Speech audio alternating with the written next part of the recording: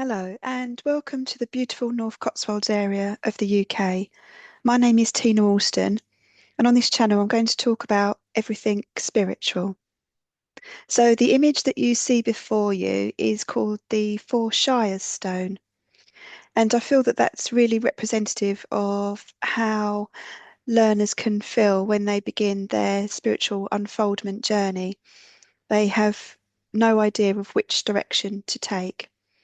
So, today, I thought I would address a question I get asked a lot, and that is, where do I begin? Because there's a plethora of information out there about spiritual unfoldment, such as podcasts, books, courses, masterclasses, and of course, YouTube channels. It's really difficult to know where to begin your spiritual unfoldment journey. So, I would recommend, so that you don't get overwhelmed from all the different information and resources available, that you treat today as day one of your spiritual unfoldment. Now, you can start this at any time in life, so please don't feel pressured or upset that you didn't actively start your spiritual unfoldment 20 years ago, because things will happen as and when they're supposed to, particularly with your spiritual unfoldment. It's really important for you to recognize that Spirit will only give you what they know that you can cope with at any time. What I would suggest is that you take it very slowly. So to me, it's like being a sloth. That's how I think of it. You can't take it slowly enough. So whenever you think you've slowed down, slow it down again. So for example, if you're reading a spiritual book, instead of trying to digest a whole chapter in one sitting, just focus on one paragraph or even one sentence at a time. It is imperative to reduce overwhelm and don't feel that you have to rush your spiritual unfoldment, because yes, you can rush it, and there are intensive courses that offer shortcuts. However, you will miss those really crucial details if you try to rush it, and your mediumship may lack the depth that you want to achieve. The best place to start is learning to sit in the silence, somewhere peaceful. Don't feel pressured to be plugged in 24 hours a day, listening to a podcast whilst unloading the dishwasher or listening to an ebook whilst walking in nature. When I get a lot of spiritual or psychic hits is when I'm actually engaged in the more mundane tasks, like washing up or folding some laundry, for example. It's really important to unplug from the world and immerse yourself in nature and slow yourself down. And the irony is not lost on me that I'm suggesting you unplug from the world whilst creating a YouTube channel. However, I'm hoping to emphasize the importance of cherry picking the information that you consume, because that is all energy that you're giving out. And not everything has to be achieved using a 6-hour intensive masterclass. Bite-sized pieces have always been the best way to learn. As a nurse, I've taught a lot of people, so I understand how important it is to firstly recognise what type of learner you are. This will help to save you money and time, as some people prefer to listen to things rather than read about them. Some prefer to study alone, whilst others prefer group settings. Some people learn best with visual cues and physically handing course notes, while others prefer to do everything online. I would suggest, if you can afford it, to look at colleges of learning. For example, I'm a member of the College of Psychic Studies. It's always good to use due diligence when choosing a place of study. So look at their reviews. Ideally, speak to someone that has studied at the college before, so that you can find out what the course entails and what learner support is available. For example, access to an online tutor that can clarify any questions you may have and provide that underpinning knowledge and reassurance that you may need whilst on the course. Now, you don't have to pay for courses. There's some excellent podcasts and, of course, YouTube channels out there and online support groups. If you feel that you want to go to a spiritualist church, That's actually a wonderful way to learn mediumship or healing, just by watching others. So you can watch other mediums work and just bathing in their wonderful spiritual energy and making those all important connections from the spiritual community. Personally, I've always liked the gentle teachings of White Eagle, who I first discovered in 1999 when I went to Cornwall for the total solar eclipse. I bought all of the White Eagle spiritual unfoldment books and then discovered Grace Cook, the medium White Eagle is channeled through.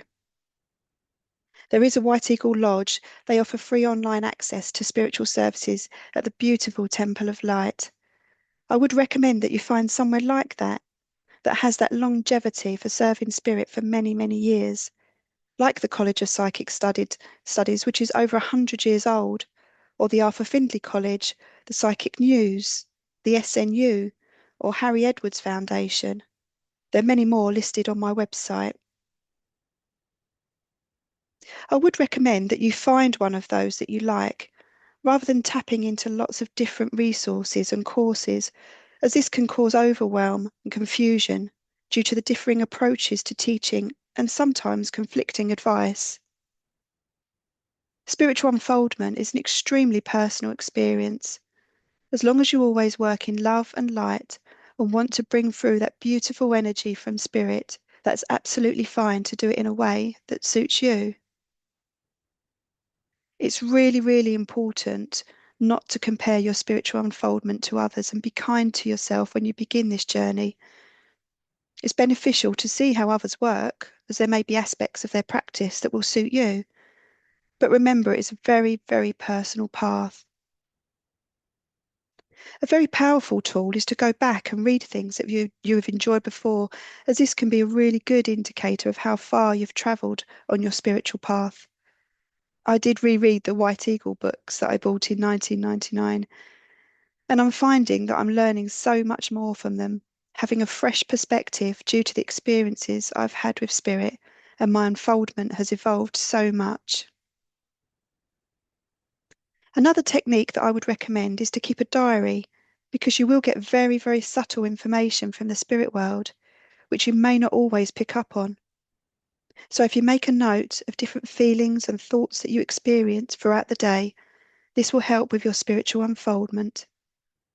It may be very simple things like thinking of a friend and they text or call you. If you make a note of how you felt when that happened, you may have had a real sense of joy or sadness when you thought of them. It may be a brief image of an experience that you shared with them. So, for example, I was giving a reading and an image flashed in my mind, an image of me and my friend growing up wearing matching rah-rah skirts, and I hadn't thought about it for decades. Then the message of two children wearing matching outfits came up for the sitter. Spirit are extremely clever and very subtle with the way that they begin to communicate with us, and they will use our memory banks as a reference point. So if you keep a short diary to notice these subtleties, Spirit will then tap into that feeling or image later on when you start developing your mediumship and use it as a reference point. You can include information like where you were, who you were with, what was you doing at the time of the feeling or image. It's a good indicator to Spirit that you want to work with them. Microhabits to incorporate spirit into your life are an excellent way to slowly make that spiritual shift. So when you're in the shower or brushing your teeth, you can send thoughts up to your loved ones in spirit. You can slow your breathing down as you're stirring your morning tea and send thoughts up to the spirit world, as that is where we've all come from. We are all spirit beings having a human experience. So you're just tapping back into the divine source. It may be things like noticing 11:11 on the clock and making a wish.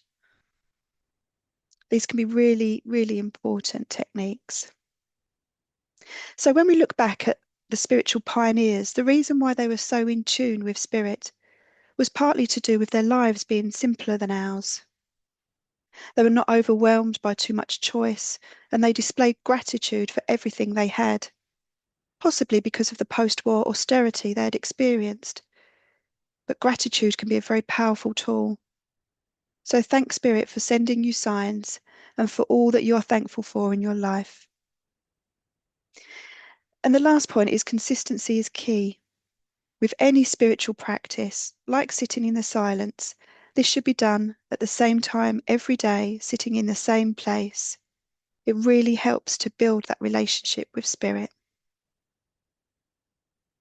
So thank you so much for listening to this video. And I just want to recap on the key points. So it's about unplugging from the world and letting your brain breathe, spending more time in nature and more time in the silence, keeping a diary to be more present and recognizing those subtle symbols and signs, thinking like a sloth, so slow things down, finding a supportive community, it may be online or a local church,